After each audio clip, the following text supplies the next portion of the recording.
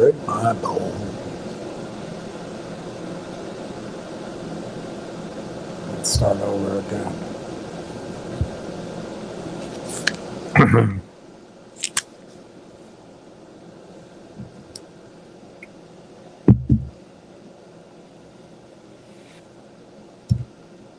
On the nickel over there.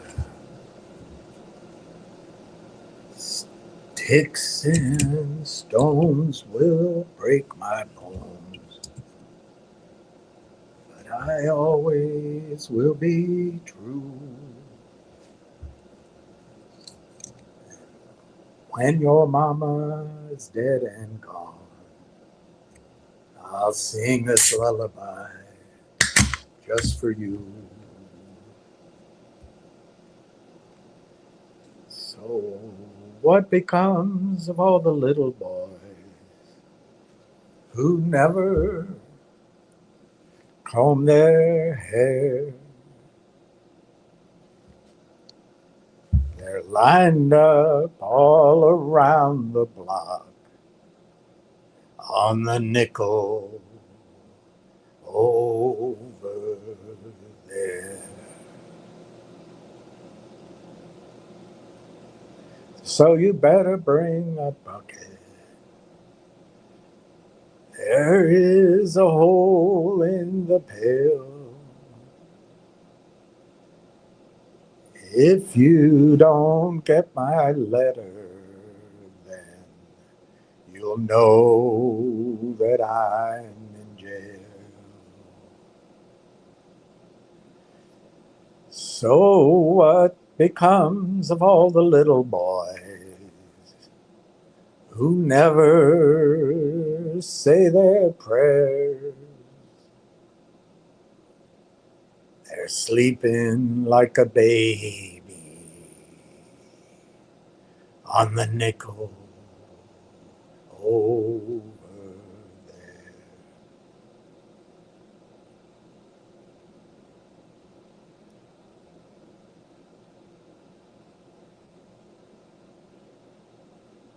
Long song.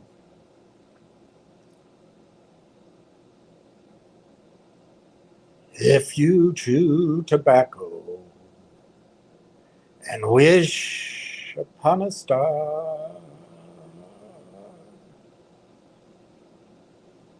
you'll find out where the scarecrows sit, just like punchlines between the cars.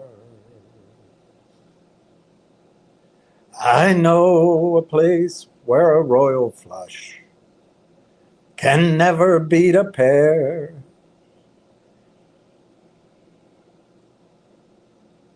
And even Thomas Jefferson is on the nickel over there. So ring around the rosy. You're sleeping in the rain, and you're always late for supper. And man, you let me down again. I thought I heard a mockingbird. Roosevelt knows where. You can skip the light with Grady tie on the nickel over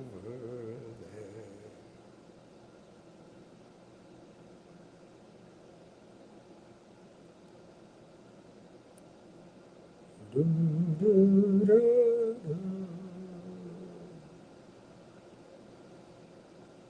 So what becomes of all the little boys who run away from home? The world just gets bigger once you get out on your own. So what becomes of all the little boys?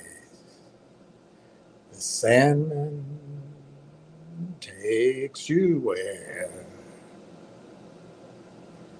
you'll be sleeping with a pillow man on the nickel over there.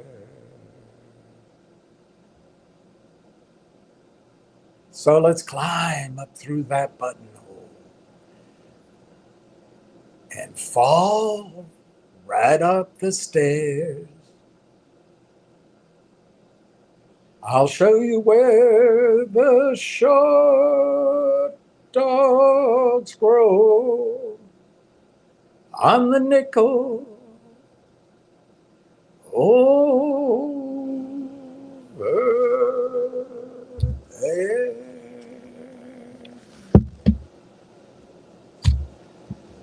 What becomes of all the little boys?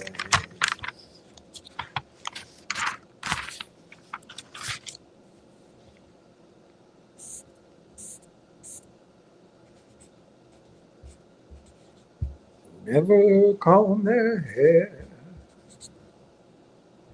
All right. I want you to think about nickels. Railtown and nickels. But first, here is our count: 11,942,912, 201 people trading, investing, holding. I think this number might be a little high based on their filings, but I'll leave it because that's the number Yahoo uses. That's the number I get using Yahoo's numbers. So 11,942,000, we're just a little bit, a scotch, as they used to call it, away from $12 million shares, 12 million shares. What becomes of the little boy? Sorry, I'm going to make some, I want you to think of nickels, Railtown. Right, oh, I got to sign in. Railtown, of course, they're hitting it today because the attorneys can never finish. But hey, they say you need attorneys. I'd love to try a world where AI replaces all attorneys.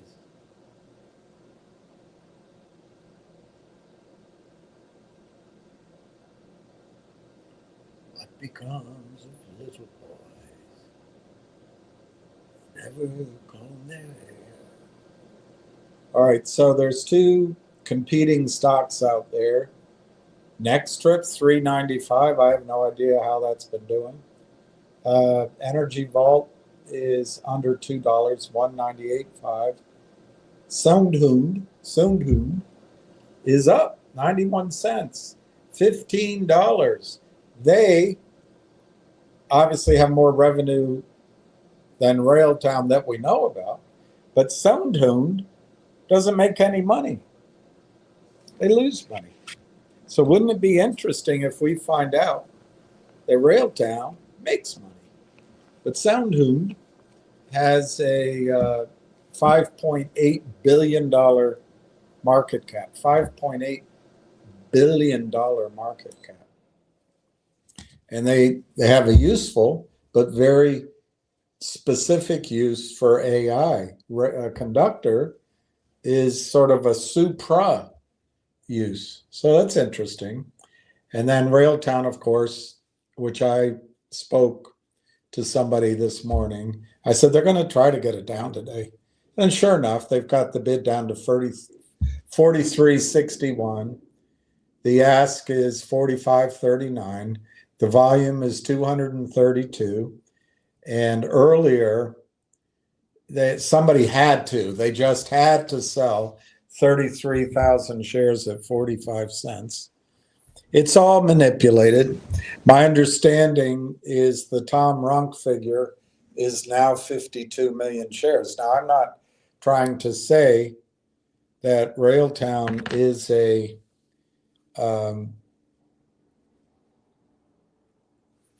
squeeze play. I don't want you thinking about that. I don't want you thinking about it as hot money.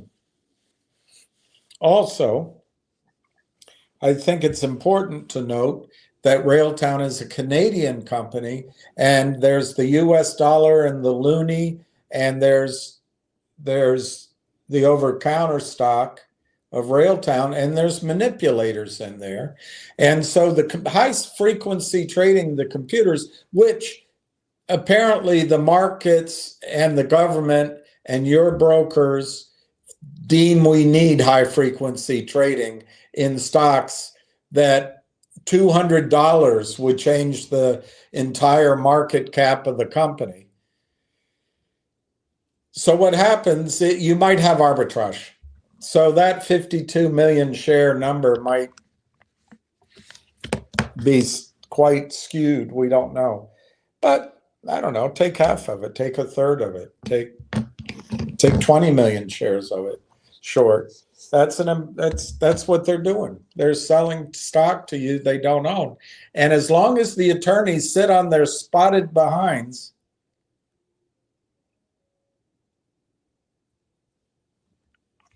the shorts are going to continue to have a field day. But I want you to think of nickels. Nickels. Why? Because I believe that within 5.5 weeks, that matches 5.5. Within 5.5 weeks, Railtown will be trading at $5.50, 2 5s, double nickels. And I think the target you should have in mind for Railtown. Now this gets in the wild ass guess area. My opinion, I think there's a 98% chance Railtown will be double nickels, $5.50 within 5.5 weeks, and maybe a lot sooner. $5.50, double nickels. And I think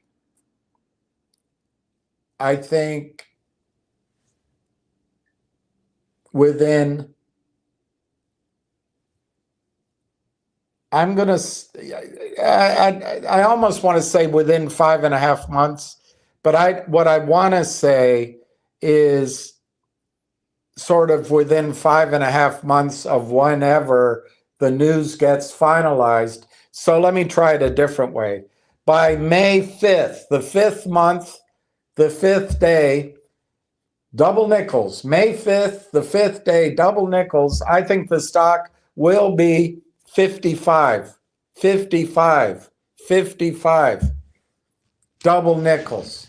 And as long as you can keep your mind thinking about $55 a share, you don't have to be scared each day by this manipulation. Now, what are my odds on 55? That's got to be lower because we don't have all the information. But I'll show you as we talk. I've shown you before, but as we talk, I'll tell you about it right now. If you assume the company gets to a forward projection of annual recurring revenues of 200 million, and you assume 55x on that revenue, and you assume 200 million shares outstanding, well, you can see where that's headed. That rate gives you $55 a share. And how realistic is 200 million in revenue? I think it's completely achievable on a forward-looking basis. Forward-looking, next year, at some point, the AI partnerships is 160 companies with the intention of the group to aggressively acquire the best immediately, aggressively. It's in the press release. So for the company, they do, look, it was on Twitter. I'm not going to show you the source, but those 160 companies do 400 million in revenue. If you assume the roll-up is done in a way where half the revenue stays with the companies and half comes to Railtown, that's 200 million. But since I don't really know how they're going to get the roll-ups done, let's just call it 100 million. 100 million out of the 400 million from AI partners. And then the research from a year ago, they're talking about 3% penetration in a $3 billion market, which is puny. And both counts, it's puny. That's 90 million. Let's call that 100 million. Conductor can do 100 million. The AIP networks, I think, can net to Railtown 100 million. I think 100 million is a hands down target all day long. But next year, just to be safe. And all you need to do is project it forward. And if there's growth, 55x is low.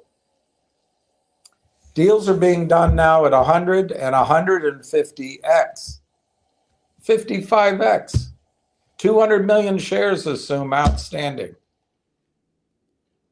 It's $55 a share. Double nickels. I want you to think of double nickels. $55. I think it's going to be higher than that. But that's where the stock's headed over the longer run. And I just told you, I think it could be by May 5th next year. And I think over the next few weeks, you're going to see Railtown at $5.50, double nickels. And right now, it's trading for $43.57 because the lawyers simply will not get their work done. The lawyers simply see no urgency in completing their work. None. None. They figure, let's get it right. But hey, the good side of that is you get a chance to buy more shares. The other good side of that is those cocky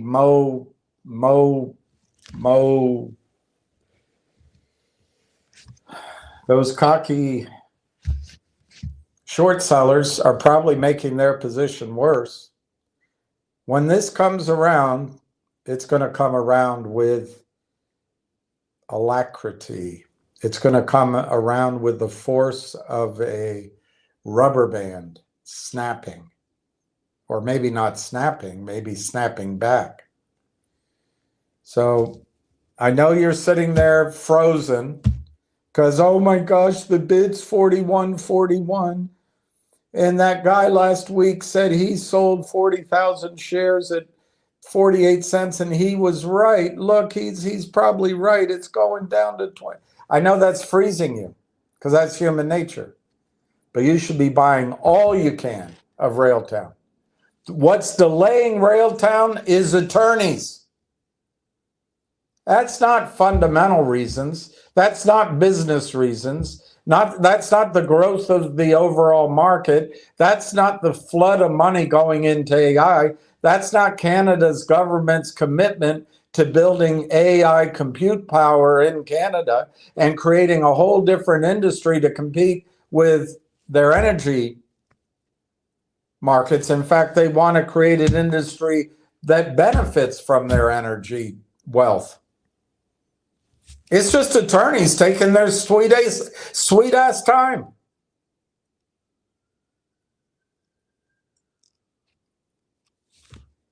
So the stock's down. You have shorts shorting it, selling stock that doesn't exist.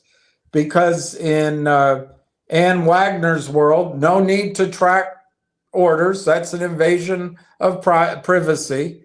The last trade was 120 shares. Somebody simply had to get out of 120 shares on the bid. 43.57. 120 shares that don't exist. But hey, why should Ann Wagner worry about that?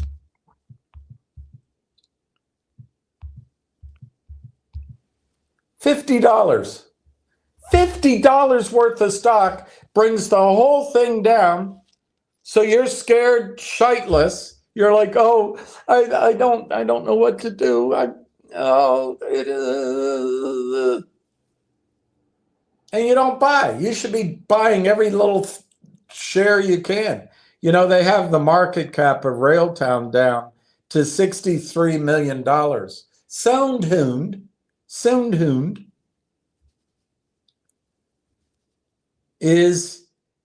has a market cap of 5.8 billion, soon to be probably 6.3 billion. And Railtown has AI product first to market, battle tested. I'm sure they have revenues, but of course I can't. That's an assumption. I don't know it. But they've announced 5 deals and 3 products, or 4 deals and 3 products, in addition to the conductor. And they've got to have a pipeline going on. So guys, this is the greatest buying opportunity of your lifetime. I know you're frozen. The bids drop now to 42.61, and it's based on 120 shares that took out the bid. 120 shares. And I know you're scared. You figure the shorts know something you don't know. They don't know anything. They don't know anything. It's a corrupt market. Railtown gives you a way to fight back, but you have to buy the stock. If you just watch it, you'll be able to tell the story, but you won't benefit from it. You can buy all the stock you want at 44 cents right now. Probably buy millions of shares under 50 cents. But you're frozen. All right, enough on that. Let me go through some of your comments.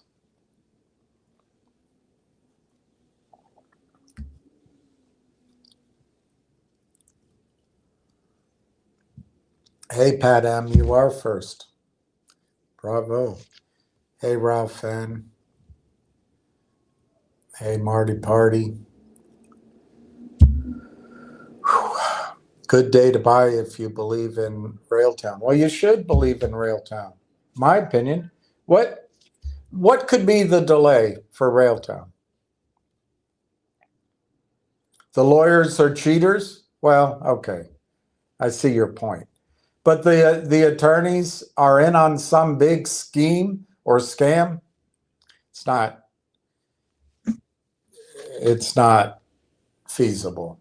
Not with so many attorneys and so many law firms and regulatory scrutiny. Could it be that the attorneys are incompetent and they don't know anything about securities law? All they know is real estate? And I don't find that credible either. The investment banking background of a guy like Corey Brandolini, the venture capital background of guys like Dr. Tom Core and et cetera. They didn't hire Andy Griffith. They hired, or even David Boyce. They hired the best securities law firm that they could find. So I don't think it's that. So what else could it be? Well, it could be that when they announced the transaction in February 11th, they were expecting a pretty perfunctory, I would guess, a valuation period. You have to get values of kick the tires. They're probably anticipating a pretty simple, hey, this is what we'll pay. That's what, you get that office. You can park in the first parking lot. I'll take the third space. I'll take the third. You can use the one exclusive men's restroom and shower. I'll share the other one with the guys, and whatever the negotiations are, they figured it'd be easy. And oh yeah, by the way, here we'll just tighten up our strategy. We'll make sure everybody's on board. We'll get the 200 or 300 signatures we need, or whatever it is. I figured it'd be easy. But what's happened in the meantime? You've seen AI transactions, which I've shared with you, just go haywire. Young kids that can't even sing "It's Only Rock and Roll, but I Like It" are getting billion-dollar contracts just to sign up and apparently create AI code. It's gone crazy. And I told you, Wall Street's raising money. Wall Street's training its salespeople. Wall Street is getting ready to move a lot of money into the AI space. The big companies are buying everything they can, almost without attention to price. They just want to claim the space, AI 2.0. And here you're sitting scared because some jerk sold 100, well, now somebody sold 5,000 shares at 4,441. But still, $2,000 or whatever that is, $2,400, pricing the whole thing, and it's all fake, and you're scared. We are not day traders. We are not swing traders. We are not hot money. Keep in mind, $55, double nickels. Keep that in your head, double nickels. Now, in the meantime, I'm highly confident of $5.50, double nickels. $55, we've got to, number one, they've got to close the transaction, and just get ready for it. The attorneys are not going to close that transaction. They're going to take as long as they can, because it's how they get paid and it's how they prove their self-worth. They have no sense of humor. They can't play basketball or football. They can't even engage in discussions that go off into arcana and thoughts that are not entered into evidence. So the only joy they get out in life is getting billable hours. So just get used to it. The attorneys for Railtown will never finish the work, ever. But at some point, the businessmen and businesswomen are going to say, hey, time's up. We're putting something out. And if you have to write on it that this is as of a month ago, fine. But we're closing this deal up. We're putting it out, and you can then work on amending it. At some point, the business people, the businessmen and women, have to tell the attorneys it's time to shite or get off the pot, or we're moving the account. Attorneys never make money.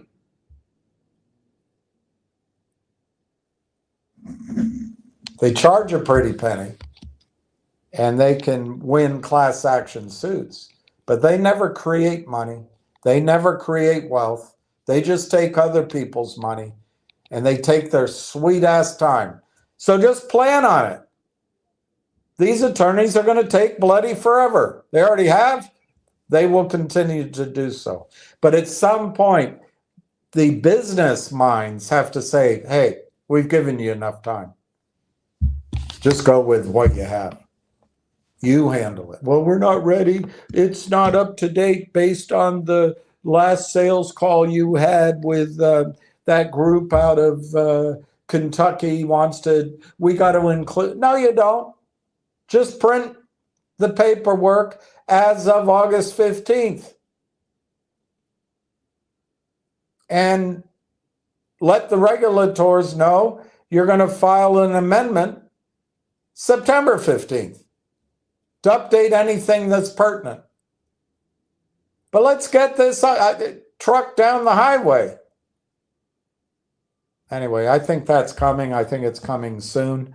But as long as the business people are cowed by attorneys bloviating and fear-mongering, we just got to be used to it. It's going to take more days. What does that mean? The shorts sell stock that doesn't exist.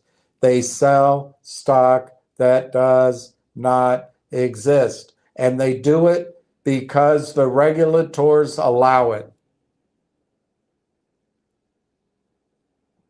They do it because Bill Clinton changed the rules such that your brokerage firm only has to give you an entitlement to shares. They don't have to give you real shares. So we know all that. So why are we getting scared by it? It's just what they do.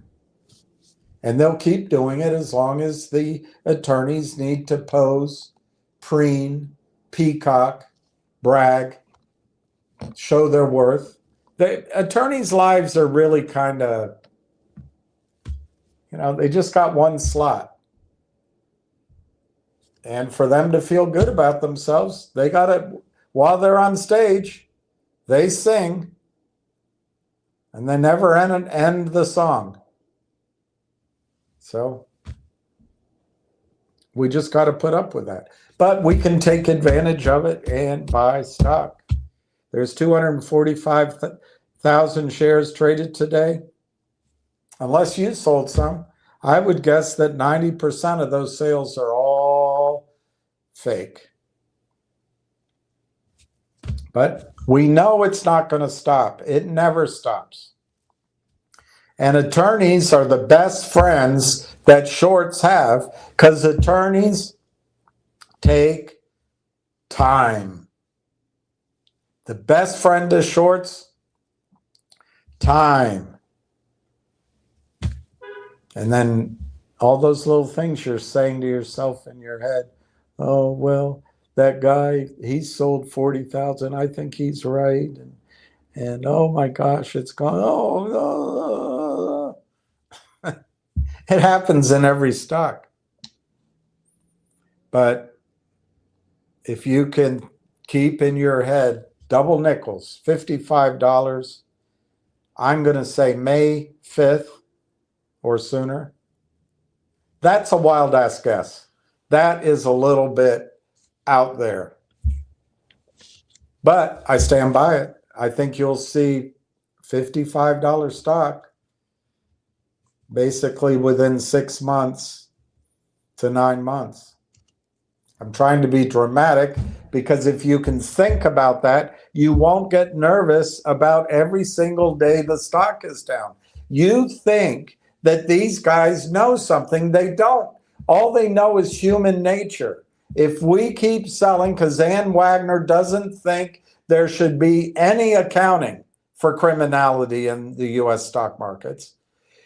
If we keep selling, because Bill Clinton figures it's okay for brokerage firms to give you an entitlement instead of real stock, If we keep selling because our prime broker will keep giving us stock because they make fees on it, if we keep selling, we've got the same attorneys that the SEC has. We're not going to jail for any laws we're breaking.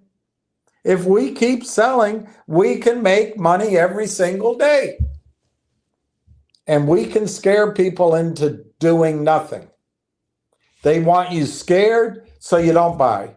They want you so pissed off that when it goes up, you get out too soon. You've seen it all before, but it always works. The same thing always works. Oh my gosh, they must know something. They don't know anything. I can only imagine the reason the attorneys are taking so long. I mean, certainly they could be stalling to get money up to a point, but it's been a long point. We're in the 7th month almost. I think it's just because the market space is booming and the deals are booming, and the paperwork is probably quite extensive in terms of getting signatures from all and sundry. So, but it's so predictable, so predictable. The attorneys dawdle, the shorts peddle,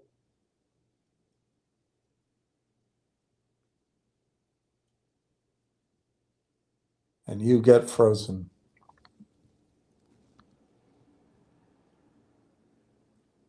They have unlimited ability to create stock out of thin air. Unlimited, because no one enforced security laws. But it won't last forever. It's not going to last forever. Railtown's a real company. They don't need capital. I mean, at least from these kind of beltway bandits, highway robbers. And it's a quiet period. Anyway, let me see what else you're saying. Wall Street, Wolfie. I know you're giving me grief. I don't blame you.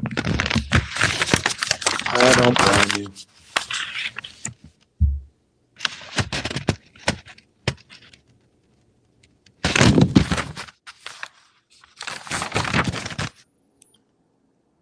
Hey, Jim, how are you?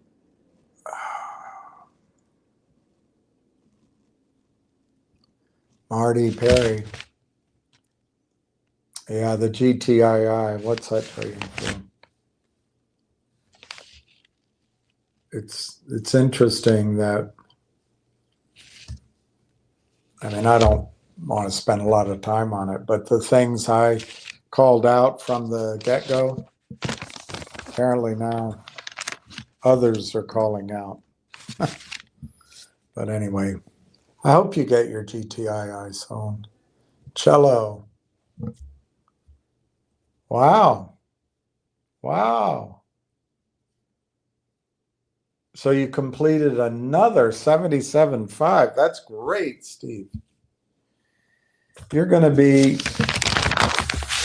the head honcho.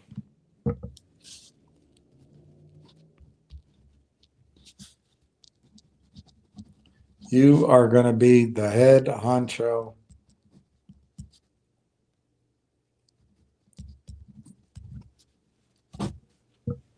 And people are going to be nervous to talk to you. Oh my God. Account settings. Richie passed away. Don Fizz.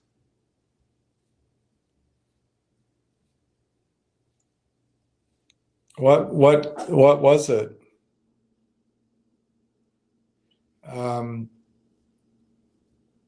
I had dinner with him twice, and sorry to hear that.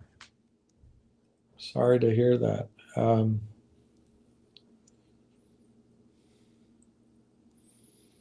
can't remember. He might have smoked. I know he drank, although I think he was fighting that. He's a strong guy. I'm sorry to hear that. Yeah. Well, maybe he can do more from up there. I'm sorry to hear that.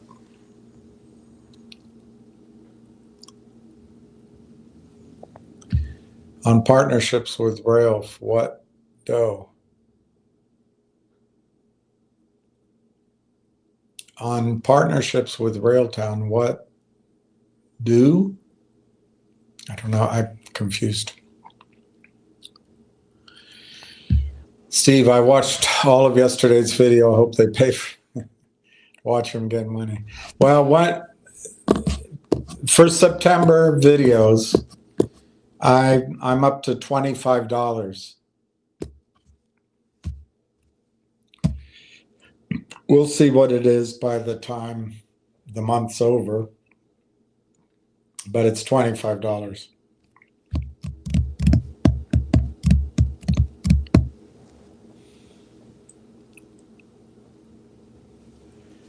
Account settings, Steve says, sorry to hear that. Yeah, I really, that people dying, it's just amazing. All right, Ralph Fan, good for you.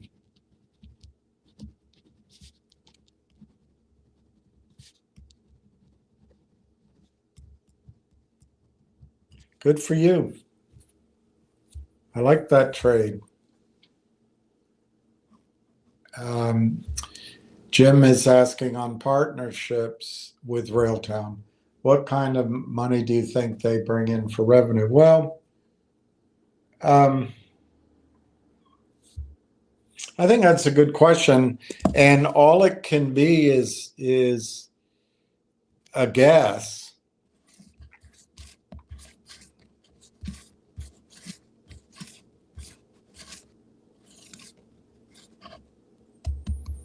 You know, in the Microsoft, I think it's Azure. I'm trying to remember how many users they have. I want to say 30 million, but is that, oh, here, maybe they have, maybe this is,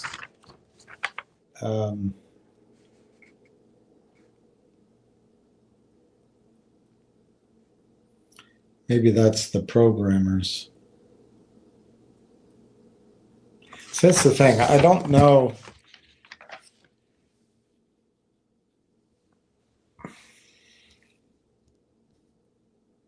I don't know how many programmers use Microsoft Azure, for example.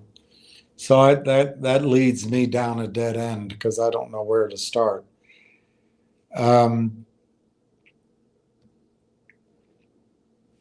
the number that this report uses is something like $108 per year per user per project. That's how they come up with their $2 target.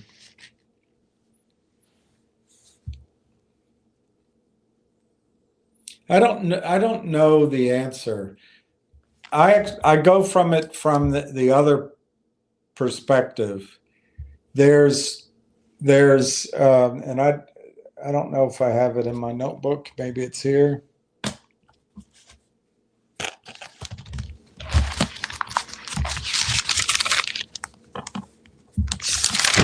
From the videos that the company put out last year,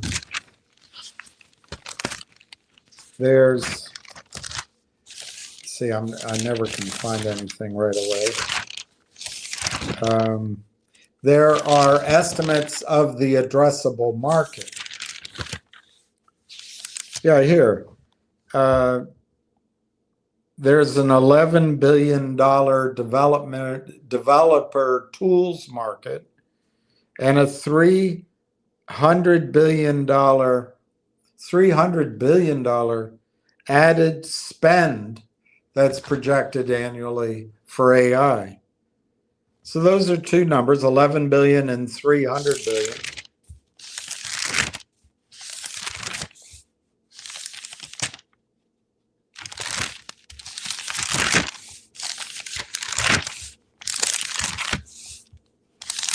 Yeah. Of course, I can't find. All right, what's this? No. All right, so global AI in 2023, whose numbers are these? I think this comes from, I didn't write down who it comes from. Darn it. Anyway, it's a number. Global AI spending in 2023, 189 billion. By 2033, 4.8 trillion.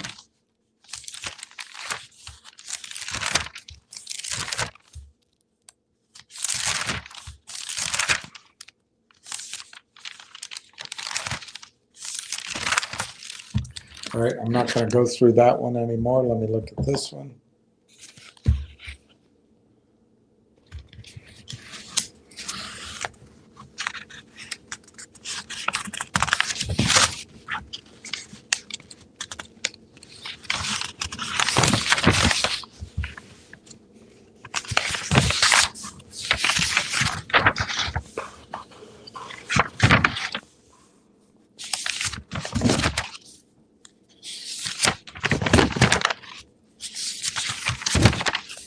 I had all these numbers lined up before, but then I traveled and I closed everything up, and now I can't find it easily.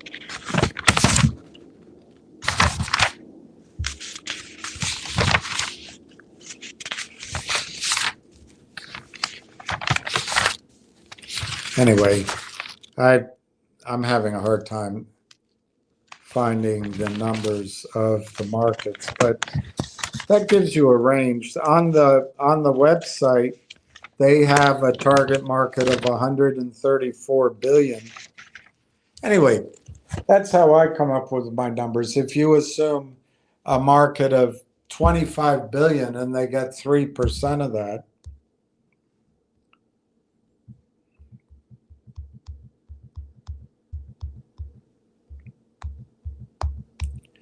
that's 750 million. So if you want to be conservative, knock 90% of that off. It's 75 million. So that's how I've been doing it, Jim, is there's no clarity on each specific contract they have, but the total addressable market is gigantic. And obviously there's going to be a lot of competition for that dollar. But if Railtown's conductor is first to market, first mover, it's battle tested, and it works really well, assuming 3% penetration, I think is really kind of small. So anyway, that's how I do it.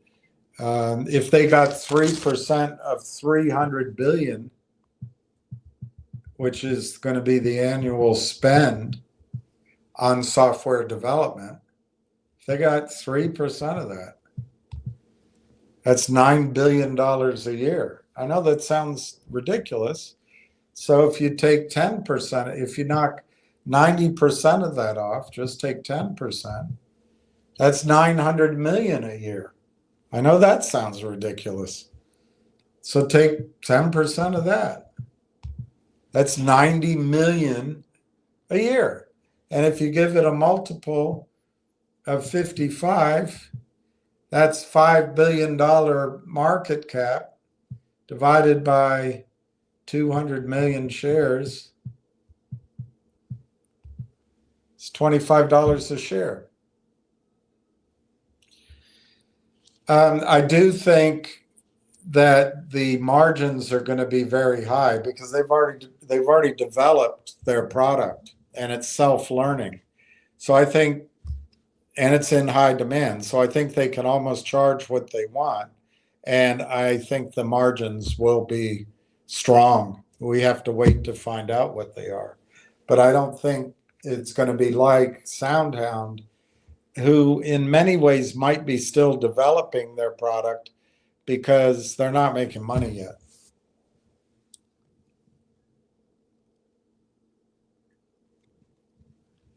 You look like the great Bobby Hall from the Chicago Blackhawks. Well, I've got that going for me. I'm not sure how Chicago feels about it. I'm Almost Legend. Hey, I'm Almost Legend. Happy Monday. I'd like it if we had a great week ahead. When I spoke with the IR at Railtown, did they allude to lawyers being part of the holdup? Not really. I think I'm being a bit of a jerk that way. I mean, it's possible the attorneys. Let me tell you something. I'm Almost Legend, because my experience. I've had experience in a lot of industries. And I've had a lot of experience in raising money for technology companies, because that's what normally associates I was working with wanted to do. But the thing that I learned, and I would consider that I know as many aspects of as anybody, there's always something that you still have to learn or you can be fooled with for resource plays, oil and gas, gold, silver, mining.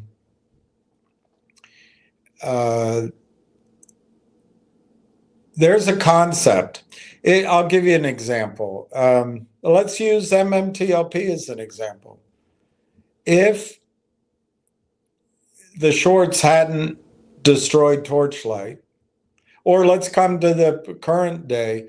Let's say Greg McCade, if the shorts weren't trying to destroy the company and Greg McCade could actually drill, he didn't lose the leases.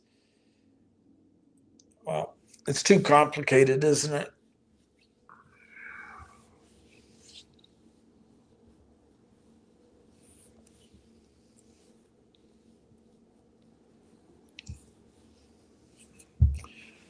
What's a good example?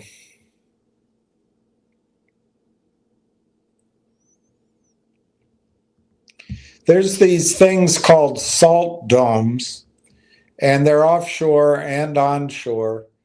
And salt rises and it cracks the earth and breaks all the sedimentary zones. And as it's going up, those fractures, depending on where they are, and the salt become traps for oil and gas and water and other things. But these big giant salt domes are a little bit unpredictable in terms of seismic. Can you see through the salt? Anyway, they're risky. And I raised money for a company years ago to drill a salt dome in Mississippi. And I learned a lot of lessons on that. And the first well didn't work, so he walked away from it, which I still don't understand. But it's a big circular, and they can be massive or they can be smaller. It's a big circular structure mostly. And if you do some seismic on top of the dome, there's some fractures. And if you think of a clock, maybe you've leased up 1 o'clock to 2:30 leases, but you don't have the rest of the leases.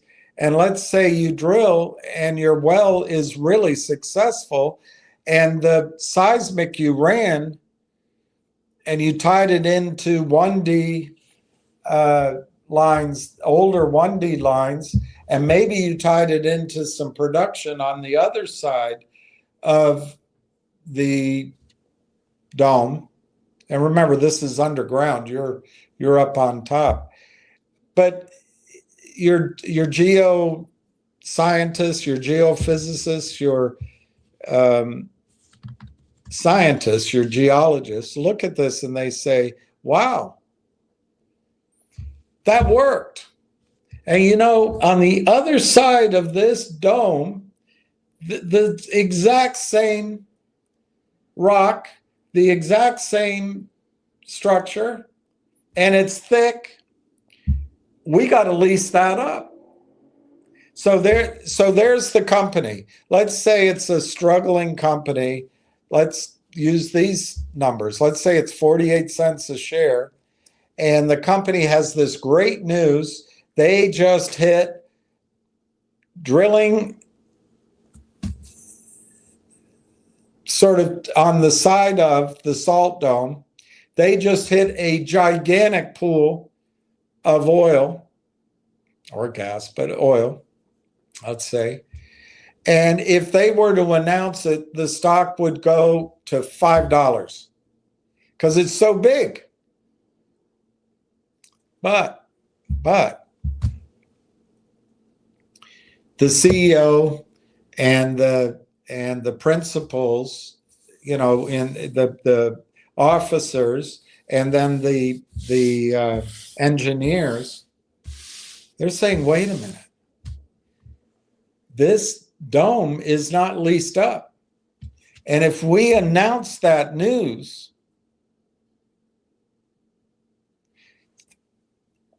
everybody's going to lease up the rest of the dome, and we won't have a chance to.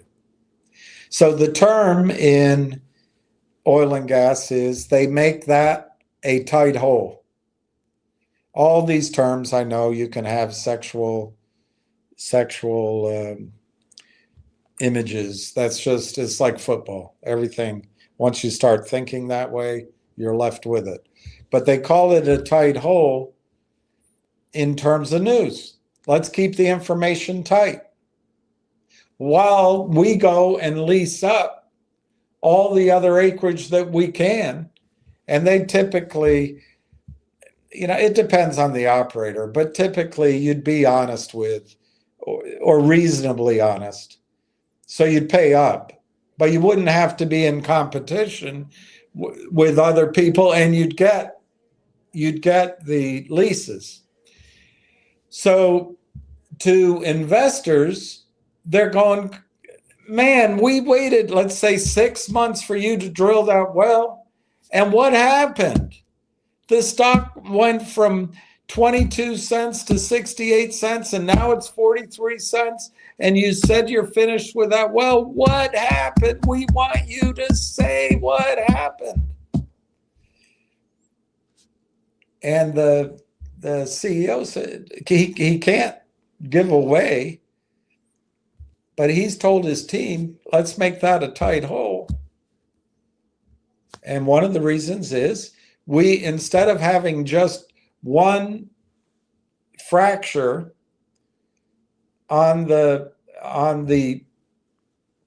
big balloon of salt, we could go lease up 10 or 12 more of them. So potentially, instead of having one huge reservoir, we might find half a dozen more huge reservoirs.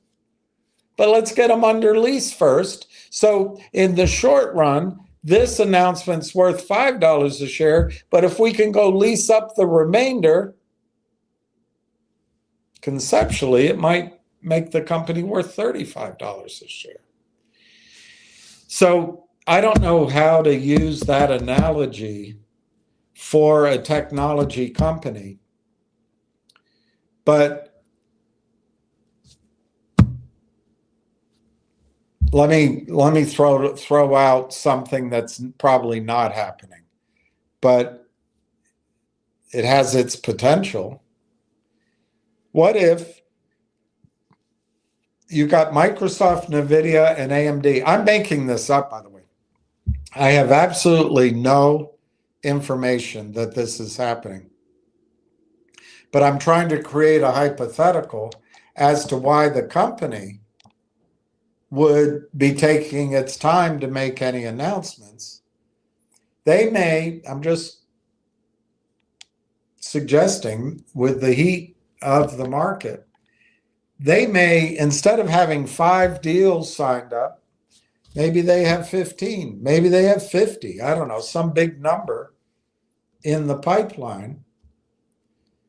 And maybe Microsoft, I'll pick that number, that name, maybe Microsoft knows about the fact that the company has a lot of interest in these deals, but they don't know exactly the number because it's got to be kept. Well, maybe if they signed an NDA, I don't know. I don't know how that would work. But anyway, I'm trying to make a hypothetical. It's hard to do. But let's say they have 25 contracts that are pending, but they haven't been signed up. I'm making it up. And once they do that, they'll have 200 million in revenue, and the company will be worth 10 or 12 billion dollars market cap. And Microsoft's looking at it right now and they're saying, we'll give you, it's trading for 63 million. We'll give you $1 billion for the whole company. And maybe, see, it's so hard to come up with a scenario, but maybe the board has asked the attorneys to stretch it out, drag things out, so that they can get more revenue under their belt, so that when they go back to Microsoft, they can say, we don't want $1 billion. We the market's telling us we're worth 12 billion, but in return for getting it done now, we'll do it for 8. I don't know. It's hard to make up a hypothetical. My point is, business could be so strong and things could be happening so quickly that the company does not want to announce its success and then create competition.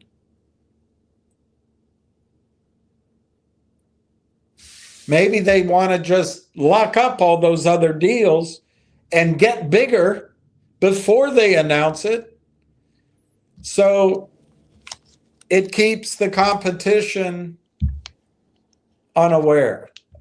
I don't know. I'm having a hard time. In oil and gas, it's just a tight hole. It's, in other words, we made a huge discovery and we want to go buy up the whole structure underground. So we want to go lease it all up quietly. And we're working against ourselves. We would make that announcement and it would help shareholders in the short run who are feeling uncomfortable, but it would hurt them in the longer run. And maybe something like that's going on. And Microsoft would pay up, by the way. I mean, just to use my analogy, Microsoft say, well, tell you what, we'll give you $500 million now, and we'll go do the acquisitions. And the board at Railtown says, hell no. We think we have a $5 billion company. Or to use my nickels, $5.5 billion company. And we're not going to sell.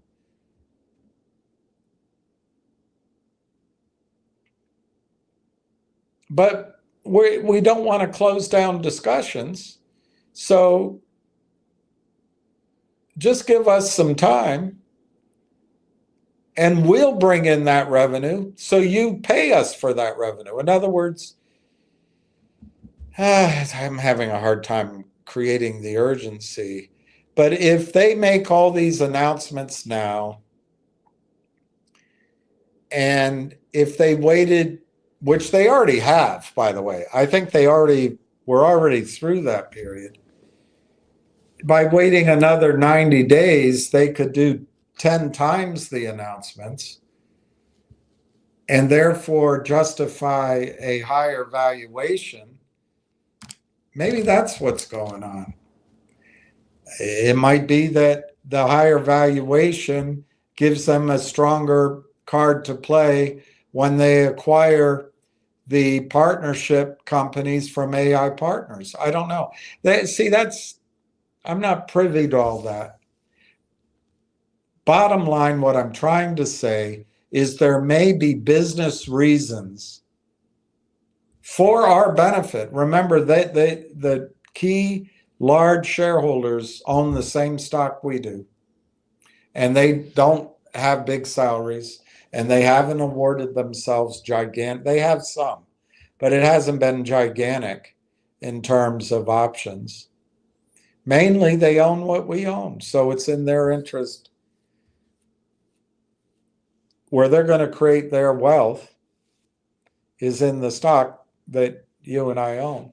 Anyway, I'm sorry for the long-winded example because it's outside of my specific experience, but I think there could be scenarios where the company doesn't want to give away the secrets of its success publicly until they have some loose ends wrapped up, which could be for the benefit of everybody on a big multiple, 10, 15 times multiple a little bit down the road.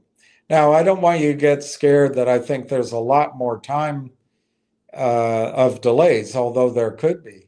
I think they already have taken, in my judgment, they've already taken all the time they can take as far as giving excuses to the regulatory bodies is concerned. I might be wrong, but we're in the 7th month. I guess this week. And I just don't think they can stretch it out that much longer. They've got some real disclosures that need to be made. Lawyers and regulators are always on the side of the shorts, always on the side of the shorts. Maybe not intentionally, but time helps the shorts. Not enforcing securities laws helps the shorts. Letting the shorts sell whatever they want to sell, even if they haven't located it, which is against the law. They let it happen, so it all helps the shorts. The longs, we got to just suffer through all that.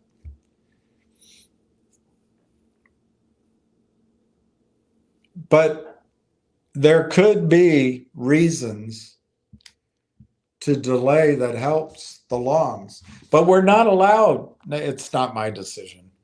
The board is not allowed to manipulate the stock price. Criminals can, and Wagner doesn't care about that, but longs cannot, CEOs cannot. So I don't think it'll go on much longer, even if they're trying to play a little bit of value creation game by not releasing the news right away, whatever the news is.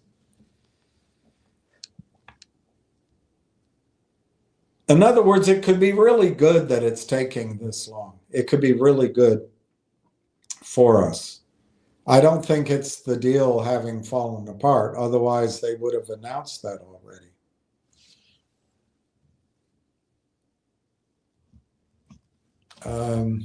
Hey, Gary. Jim, just on NVIDIA, Microsoft, and AMD. I don't know if they have deals with NVIDIA and AMD per se, but they've put it in their presentations that, and there was a discussion of it by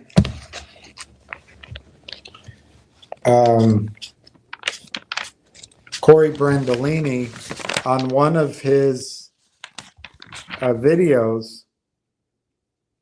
He talked about Microsoft partners. He said that they have battle-tested solutions. They created an AI agent to execute mundane and repetitive tasks.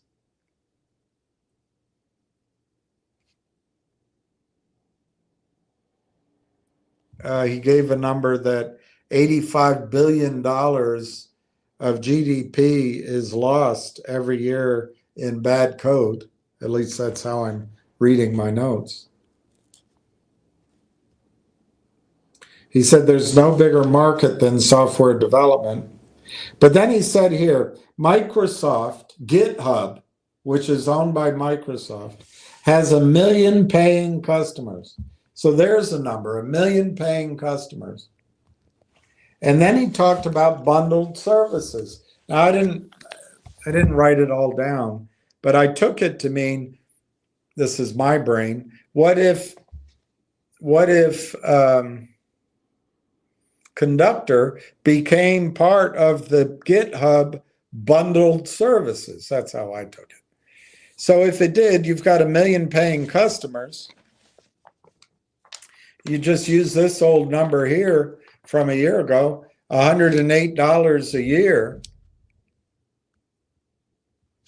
which is, I think, $10 a month or something. 108 divided by 12, $9 a month. Maybe they give a discount. Maybe they charge $750 a month to 1 million paying customers. Maybe Microsoft says to its GitHub users,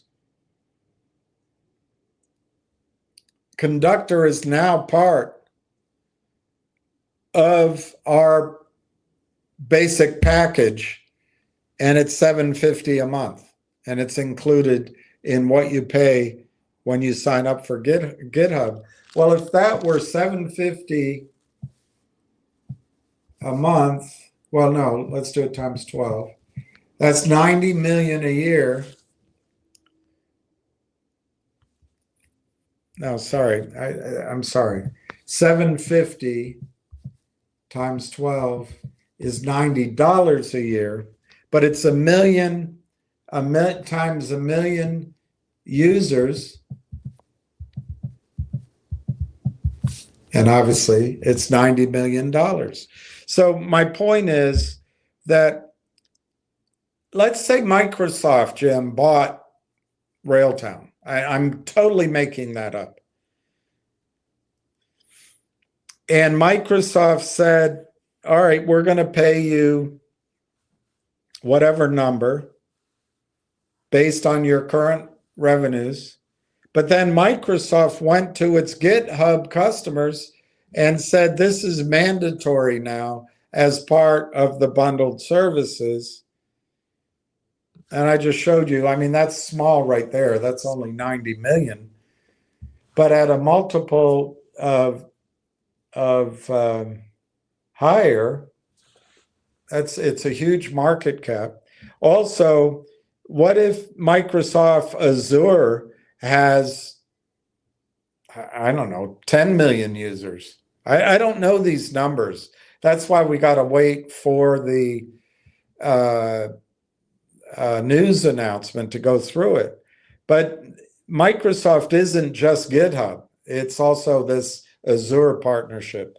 But my point is, Microsoft, almost anything they pay for Conductor, they can make it back in valuation if they make it a mandatory part of their user model.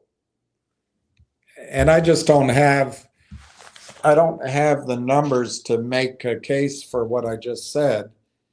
That's why we wait with bated breath for the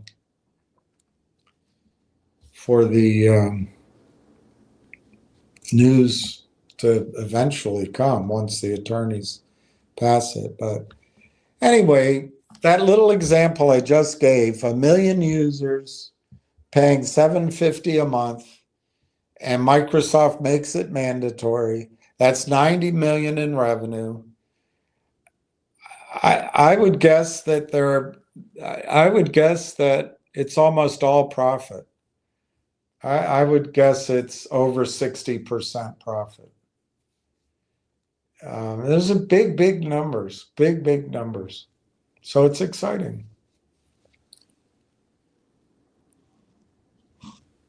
It was a natural death. The whole community is shocked and say he wasn't that old. He wasn't that old. He was a pretty strong guy.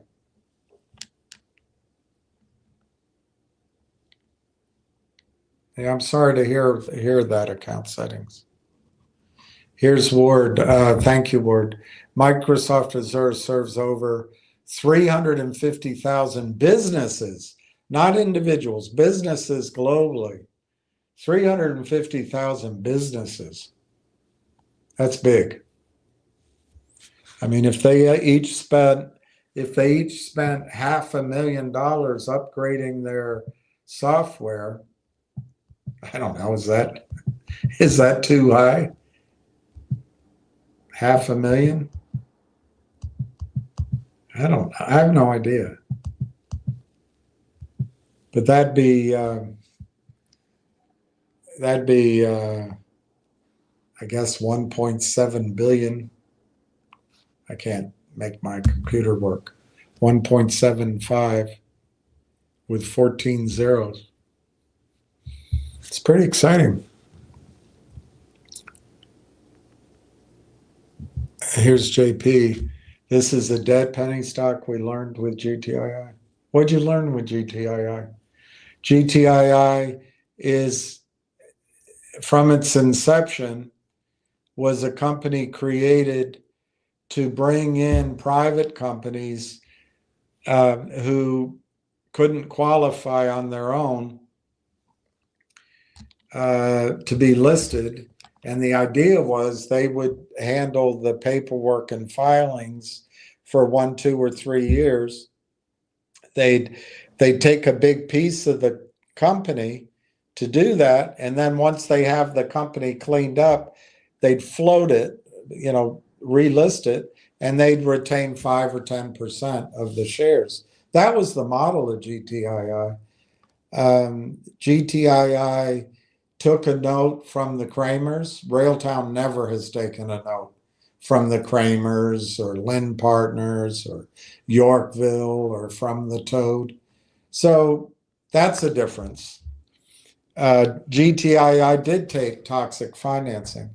Apparently, GTII also had a CEO who had questionable behavior, according to filings. There's no indication of fraud or misappropriation of funds or shares at Railtown.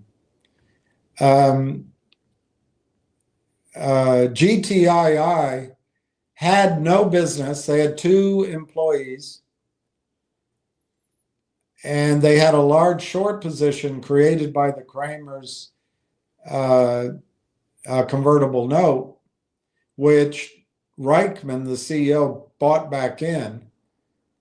And according to the theory put out by him, this was going to cause a short squeeze in GTII as 60 million shares, and then he eventually got that number up to 250 million shares short were covered. Well, they tried everything with GTI, all sorts of gimmicks, manipulation, and I give the advisors in particular credit for it. They bought a Picasso to distribute to shareholders. They bought Beyond Blockchain as a way of causing stress on the shorts.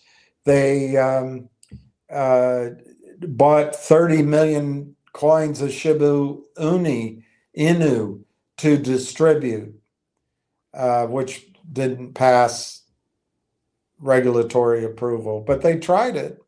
They bought eyeglass care company. They bought a gold company, but they were both too small to be of any difference, apparently, to the shorts. They entered into an arrangement to buy a law firm, which I think in retrospect was just a come on. But they did it, and that was out there for a year.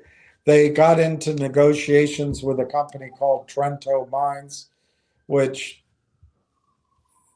took a long time, at least for me, to understand what was there, and that had the potential, based on the numbers given, to add a lot of value per share, but it never passed muster.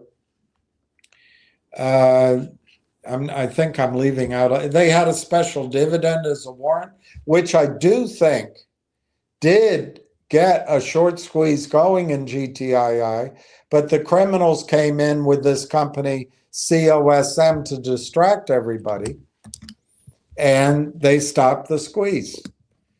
But squeezes are ephemeral, and they need certain things lined up.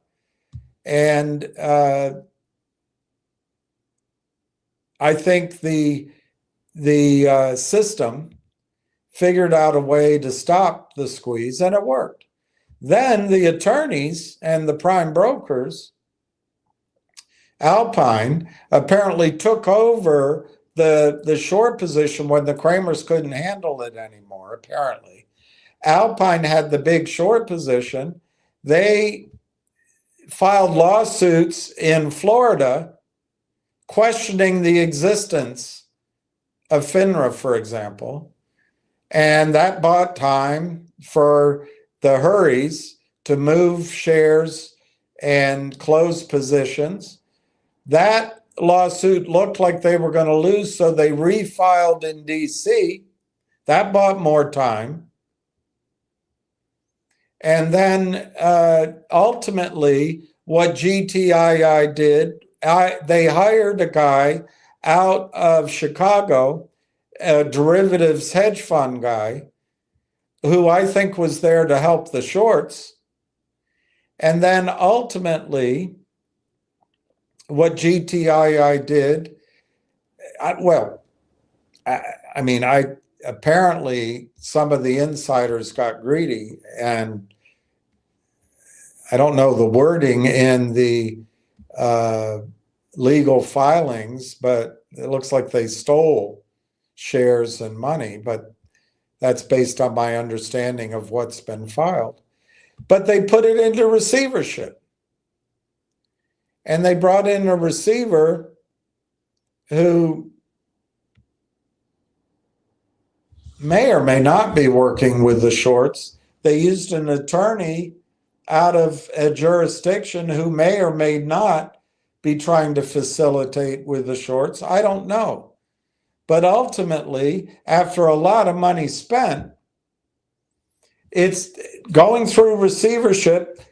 The large short position is going to be defanged. It won't have any sting. So that's been a 3-year process. Where JP is Railtown like any of that? I'll give you a chance to answer. I'll have to hear your thoughts. But Railtown's nothing like that. Railtown didn't take any financing from criminals. Railtown doesn't have a short position tied to a convertible note. They may have some of these day traders, swing traders that are trapped. It could be. Railtown is in AI 2.0, and they've spent 6 years developing their product. They're first to market. AI Partnerships is founded by 2 or 3 of the gentlemen who were the foundational investors, or represented the foundational investors in Constellation Software, which went from 25 million to 5 billion. And they set up AI Partners to replicate that performance. They've already got 165 companies in their fold doing 400 million in revenue. What? How's that anything like GTII?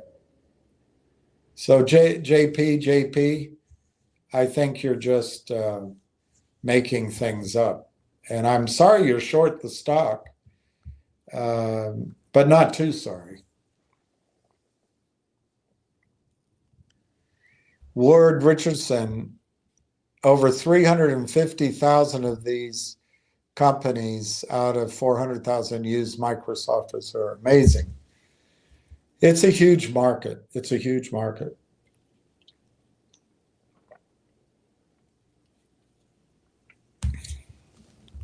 Let me just figure out. 350,000 use Microsoft Azure. I don't know. How much do they pay Microsoft every year? $1,000? It'd be $350 million if they each pay Microsoft $1,000. But maybe they pay them more. I have no idea. But what if Microsoft bought Railtown and charged those 350,000 companies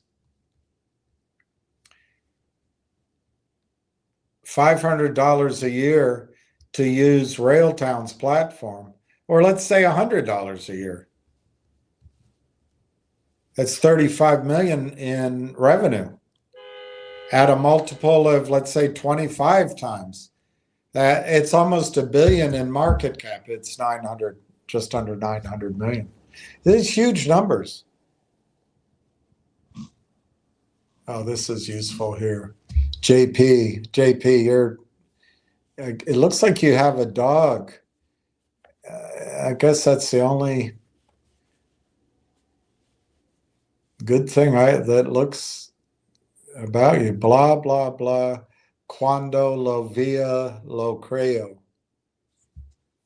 I don't know what that means. Esto me parece Guayado #2. I have no idea. El que perdió no se va y el que desparecido ni habla.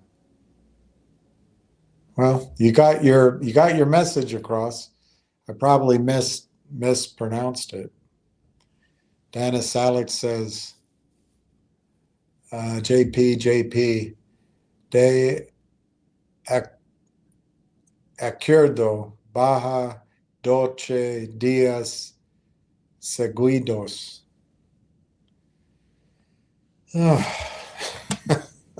I don't speak Spanish. I don't speak any other language. All right, let me show you something.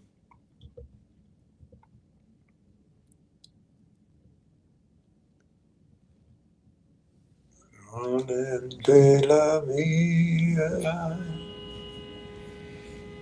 naciente no te vida.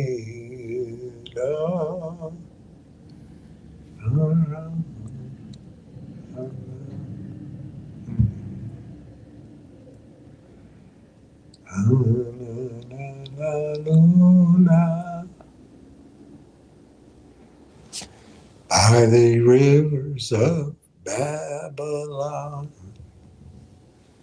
where I guess this is just, I mean, it's just one article I saw.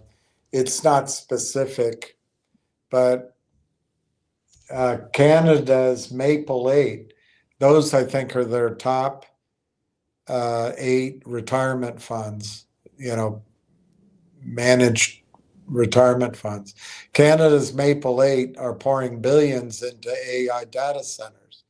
Major pension funds hold more than $6.6 billion US combined in public data center and digital infrastructure firms.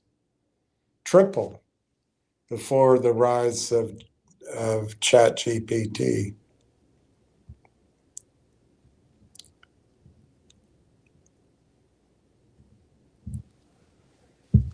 Canada's largest pension fund managers are making huge investments in data center infrastructure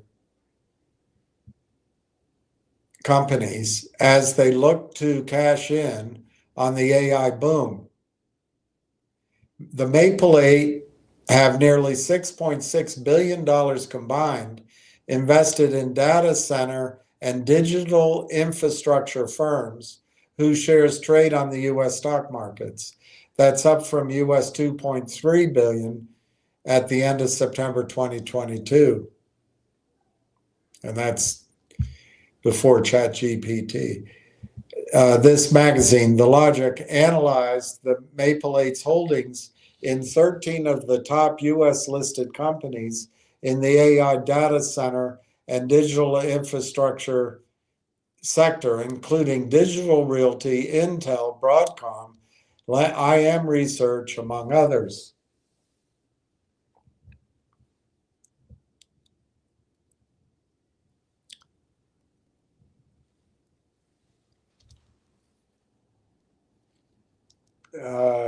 CPP Investments led Canada's pension funds with more than 32 million shares invested in the group of companies with over US 3.7 billion as of March 31.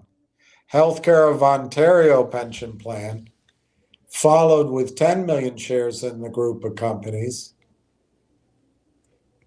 worth nearly 852 million.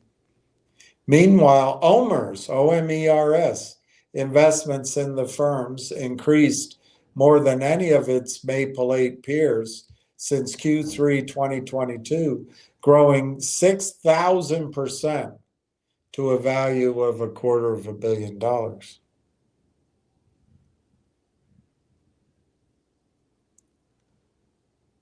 I'm not fully understanding what they're saying. The AI boom has triggered an investment frenzy in both public and private companies. Startups in the sector captured the bulk of all venture capital spent in the United States last year, and AI bets have lifted the share prices of big tech firms like Microsoft, Meta, and NVIDIA to new heights. The success of these companies depends on having energy, Canada does, and infrastructure to power them.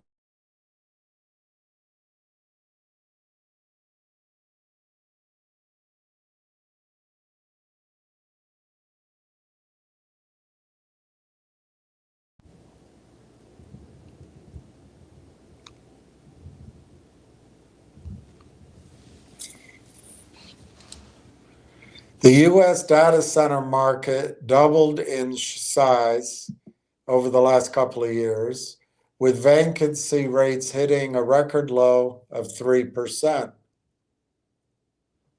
Big financiers are eager for a piece of that market. CPP Investments CEO previously told this magazine, The Logic, about these AI investment opportunities. Of these AI investments, his firm was particularly interested in data centers and other infrastructure which can power the technology. CPP, the biggest of the Maple 8, was $714 billion in assets, increased its holdings in the firms The Logic reviewed. Okay, that's where the firms come in. The Logic reviewed by 10% from the first quarter of 24 to the same time frame this year. Digital Realty, etc. Let's not go through it all. Point is, pension funds in Canada are investing in AI. The Logic, that's this magazine analysis, looks specifically at public entities. Many of the country's, Canada's pension funds are pouring money into private firms and into public companies through private deals.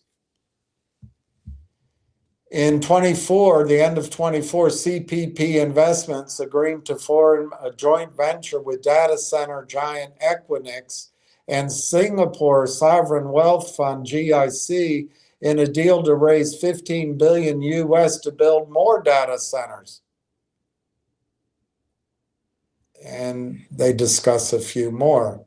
The Ontario Teachers Pension Fund has the least invested. That doesn't mean the fund isn't deeply invested in the sector.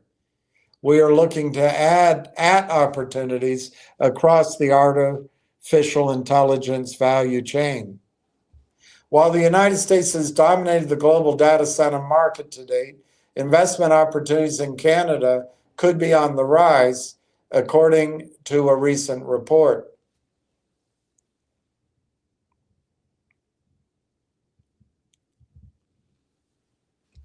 While the United States has dominated the global data center market to date, investment opportunities in Canada could be on the rise. Canada is well positioned to capitalize on the growing demand for data centers because of relatively low energy prices, access to renewable and clean energy, a cool climate, and a government and governments willing to support the sector. Ottawa has pledged billions of dollars in recent months to help build data centers and support AI compute. In other words, support the processing power needed to train and run machine learning models. And it's looking to pension funds to get involved. In December, the federal government announced a $45 billion incentive plan for pension funds to take stakes in and make loans to data center operations in the country. The government would contribute $15 billion, and the private sector would make up the rest.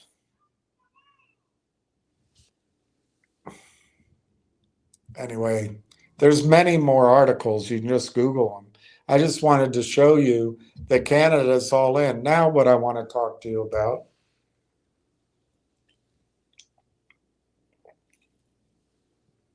the things that these guys do. And I'm talking about guys you know. They're not new. Joe Kennedy, the father of John Kennedy, and his friends did this 100 years ago. And this is a small article. I'll try to find better sources. But Joseph Kennedy and the creation of the SEC. During the 1920s, 100 years ago, it seemed that anyone could get rich if he would just invest. During the first 8 years of the decade, prices on the New York Stock Exchange doubled. Then the bubble began in the 18 months beginning March 1928. The value of shares nearly doubled again. Joseph P. Kennedy was better suited than most to flourish in this speculative heyday. Never fooled by the get-rich-quick schemes, he knew that expertise, hard work, and inside information were the keys to success. Kennedy began learning about the market in 1919 when he joined the Boston office of Hayden Stone. In 1926, he moved to New York City, where he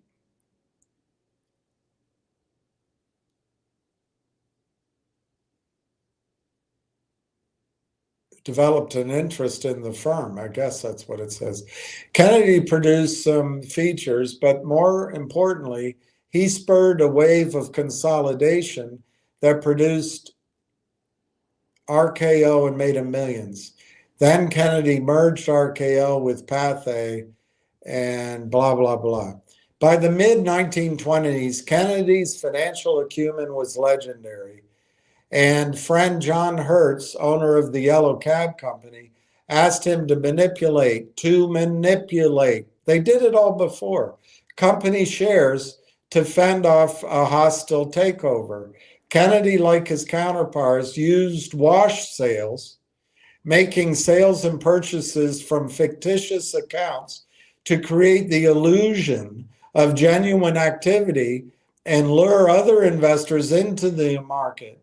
He also engaged in short selling, making a deal to sell an as yet unpurchased stock at market price, buying it cheaper on falling markets and pocketing the difference. More sinister were the pools, the stock pools, in which groups of investors colluded to pull off major market manipulations. Long before the dot-com boom,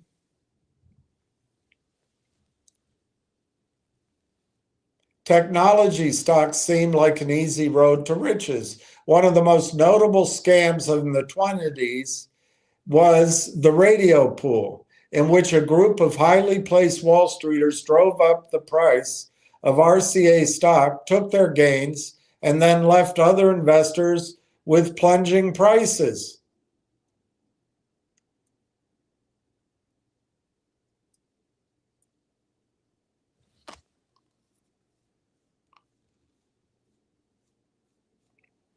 It's all been done before, and this is what this kind of guys that you're listening to come in, they establish a position or they're given stock, they run it up, you come in and create the volume, and then they get out. And if you want to play that game, what you've got to be is one of the first phone calls.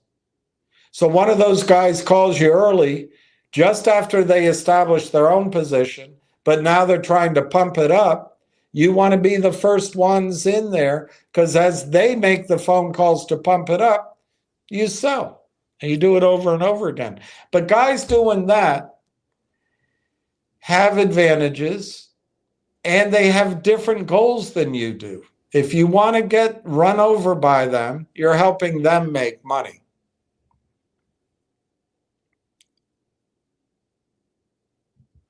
Lewis Shotland, I just learned a lesson. Thought I could make a quick score on options with Energy Vault, so I could buy a lot more Railtown. Yeah, see, that's the hard thing. Yeah, Dennis, Kennedy did get out of the market. I'm not sure he shorted it, but I think he got out of the market. Jesse Livermore shorted the market. I'm not sure Kennedy did. But they would do these stock pools where they would, with some inside information, they and their buddies would start driving the price up of a stock, and then the public would come in and they'd sell out, and the public's left holding the bag. If that doesn't describe what these guys have been doing to you and me for the last 3 or 4 years, I don't know what does. And then FDR came in to create the SEC. Obama was no FDR. And of course, none of these other presidents, including Trump, they haven't addressed the corruption at the SEC. Maybe Trump still will. All right, so Railtown closed down 44/10 of a penny. It closed down 0.004, closed down less than 1% on 281,880 shares. And I'm going to guess of the sales, 90% are all fake. But no one cares, and you know that. It's I don't know what the legitimate bid to ask is anymore. The bid now shows 44 cents, the ask 50 cents. And somebody just had to sell 5,000 shares at 230, and they got 0.4441. And then somebody sold 750 shares with less than 3 minutes to go at 44.69. So about $350 kept the stock price down. NRGV now trades at 193.93. And Lewis, when you trade options, you create premium, and the computers will come in and buy the stock, buy the shares and sell you your calls or somebody else.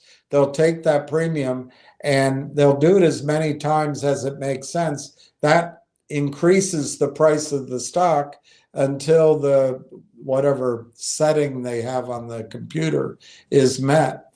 And it's kind of artificial buying. It's juiced buying. It's real buying, but it's been enhanced by the calls you paid for. SoundHound is down 5 cents after the close.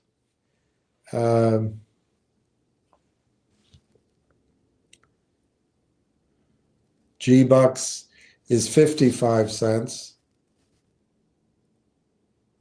I heard that one was really going to do well, and you didn't want to tell people to get out of it, and maybe it still will do well.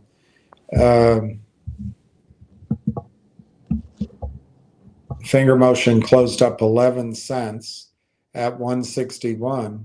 So I heard today's a big day for Finger Motion. That's pretty good. It's up 11. It's up 11 cents. Lewis, thank God I own lots of Railtown already. Yeah, so I think I'm going to leave it there at 4 o'clock. My gout's acting up again, darn it. So it's uncomfortable. I'm trying to think if I think I touched on the things I wanted. There's a lot of articles. Some are behind paywalls on Canada getting into AI and AI data centers and AI compute power and the pension plans investing. I think that's all the wind against our sails or against our backs.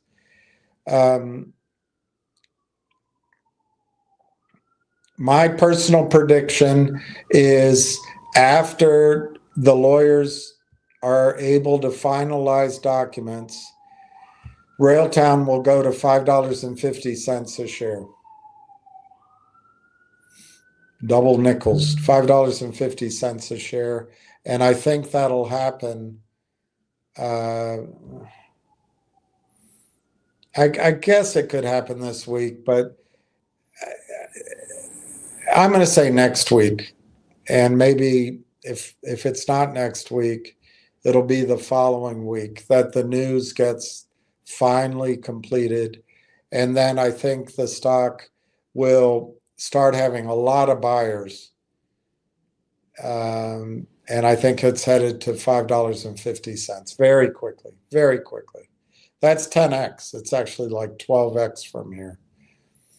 It could, there's no reason it'll stop there, but I just want some symmetry in my projection. And then I think by 5/5/26, by May 5th, 2026, I think the stock will be $55 a share. I'm more certain of the first number than I am of the second, but I think Railtown will be $55 a share at some point next year. I'm bringing it so early in the year. That's the part that's a little bit, probably a little bit of a reach. But if you can keep in mind, double nickels, if you can keep in mind $5.50 coming up in the next weeks, and you can keep in mind $55 a share, although there's a lot to learn, a lot to study, a lot of disclosure, a lot of overall market to pay attention to, and probably at least 9 months, 6 months, 9 months, 12 months, maybe more to wade through. But if you can keep in your mind double nickels, $55, it won't bother you that the stock was down 0.00 4. And it looks like somehow they got a trade-off after markets, and it's up 0.0015 at 0.4484. I don't know how they got that done. But I think you're going to see a turnaround in Railtown. So I think I'm going to leave it there. I don't know what else to talk about. And we'll come on. I'll come on tomorrow. You know, maybe something will happen tomorrow. But at this point, since nothing happened today, I'd plan on next Monday. And then we don't have to be stressed out each day. I think every time the stock is under 50 cents, under 45 cents, under 60 cents, under 70 cents, it's a screaming buy. And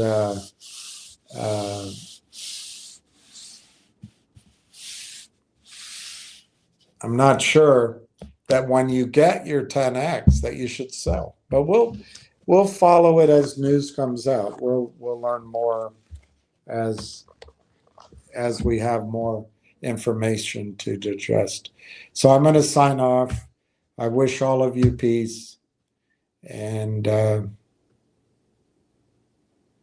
I pray that every child on the planet can have a happy childhood.